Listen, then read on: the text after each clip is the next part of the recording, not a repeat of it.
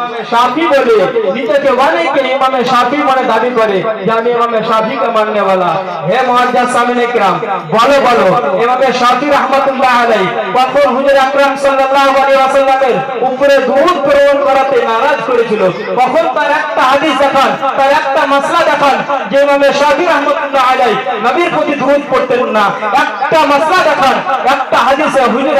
ইমাম শাফি রাহমাতুল্লাহ আলাইহি বয়ান দেখান যে ইমাম শাফি রাহমাতুল্লাহ আলাইহি জ্ঞান করতেন না একটা বয়ান দেখান একটা ইমাম শাফির মাসলা দেখান যে ইমাম শাফি রাহমাতুল্লাহ আলাইহি কোথায় নামাজের পরে দুই হাত তুলে দোয়া করতেন না মুআজ্জাজ সামিনে কিরাম নিজেকে সাফি মনে করো আবার